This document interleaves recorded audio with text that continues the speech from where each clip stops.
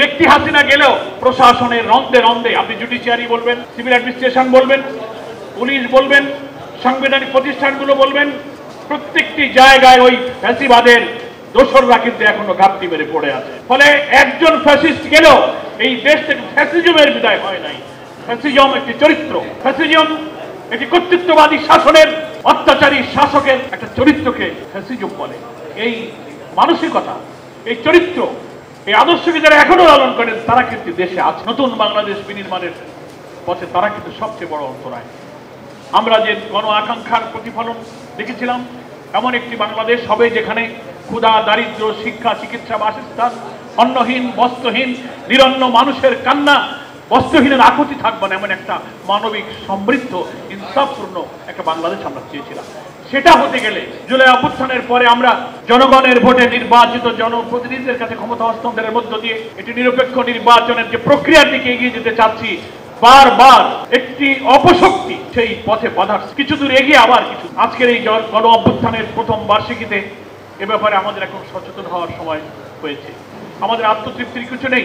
আমরা মনে করি আওয়ামী লীগ তো নেই, দুঃশাসন তো বেঁধে দিয়েছে। নো, আমরা তো তাকিয়ে দেখতে পাই আমাদের সামনে কিন্তু এখনো দেখতে পাচ্ছি ফ্যাসিবাদী রাষ্ট্র কাঠামো বিরাজমান। রাষ্ট্রযন্ত্রের সর্বত্র ফ্যাসিবাদের প্রতাত্তারা আছে। দিল্লির আধিপত্যবাদের কালো থাবা এখনো চতুর্দিক থেকে চেয়ে বসছে। ব্যবসা, বাণিজ্য, রাজনীতি, আন্তর্জাতিক নীতি, কূটনীতি, ইভেন সামনের নির্বাচন নিয়ে জনগণের আকাঙ্ক্ষাকে কি করে ধুলায় মিশিয়ে দেওয়া যায় তার চক্রান্ত এখনো কিন্তু বিদ্যমান। পরাশক্তি আমাদের দেশে নির্বাচন আর সরকার পরিবর্তনের সময় আসলে পরাশক্তি যে খেলা হয় সে খেলাও আমরা এখন কিন্তু দেখতে পাচ্ছি। অর্থ পাচার, লুটপাট, দুর্নীতিবাজদের সিন্ডিকেট কিন্তু শেষ হয়ে যায়নি। ফলে আমাদের জাতীয় ঐক্যের যে কমন ইস্যু, শুধু আওয়ামী লীগ নেই বলেই আমাদের মধ্যে বিভেদ থাকবে, অনৈক্য থাকবে, যার যার হয়ে যাব। আমরা বক্তৃতার সময় বলবো ব্যক্তির চেয়ে দল বড়, দলের চেয়ে দেশ বড়। আর কাদের সময় আসলে দেখা যাবে যে না, দেশের চেয়ে দল বড়, দলের চেয়ে ব্যক্তি বড় হয়ে যাব। এটা তো আমাদের আত্মপর্যালোচনার সময়। ফলে নামে একজন ফ্যাসিস্ট বিদায় নিলেও জাতির উপর থেকে ফ্যাসিজমের কালো থাবা কিন্তু বিদায় নেয়নি।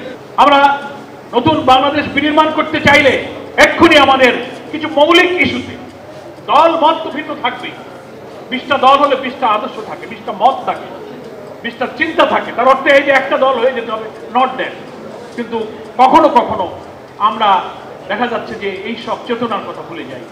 যখন টেলিভিশনে অথবা গণমাধ্যমে, অনলাইনে যখন জুলাই অভ্যুত্থানের সেই রক্তাক্ত স্মৃতিগুলো, কি করে গুলি করা হচ্ছে, হেলিকপ্টার থেকে শিশু মরছে, মৃত লাশ পুড়িয়ে আগুনে ছাই করে দিচ্ছে, পুলিশের গাড়ি থেকে লাশ ফেলে দিচ্ছে, আবু সাইদ মুগ্ধদের বুক চেটিয়ে আত্মাহুতির দৃশ্যগুলো যখন দেখি তখন আমরা আবার যেন একটু রিয়েলাইজেশন করি।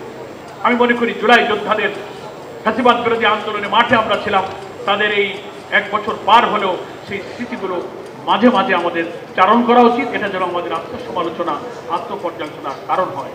তাহলে সামনে জাতীয় নির্বাচনকে নিরপেক্ষ, সুষ্ঠু, অবাধ, গ্রহণযোগ্য করার জন্য আমাদের প্রত্যেকের কমন ইস্যুতে কিন্তু একমত হওয়া দরকার। দল আমাদের ভিন্ন থাকুক। এই জন্য গণতন্ত্রে এটা একটা সৌন্দর্য। ভিন্ন দল, ভিন্ন মত থাকবে, দলের মধ্যে আদর্শিক বিতর্ক থাকবে। জনগণের কাছে প্রত্যেকটি দল তার আদর্শ প্রচার করবে, তার ইলেকশনের ম্যানিফেস্টো বলবে, তারা রাষ্ট্র ক্ষমতার দায়িত্ব পেলে রাষ্ট্র কিভাবে সাজাবেন তারা জাতির কাছে সেটা তুলে ধরুন। এই বিতর্কের তো সুযোগ আছে। এক দল আর এক দলের আদর্শের ব্যাপারে যুক্তিপূর্ণ কথা বলতে পারেন, বিতর্ক করতে পারেন, সমালোচনা করতে পারেন, কিন্তু প্রতিহিংসা, আক্রোশ, অসত্য তথ্য দিয়ে, মিথ্যাচার দিয়ে জনগণকে বিভ্রান্ত যদি আমি কাউকে করি, এটা কিন্তু রাজনীতির শিষ্টাচার এবং রাজনৈতিক ভাষা এবং রাজনৈতিক মেজাজের সাথে যায় না।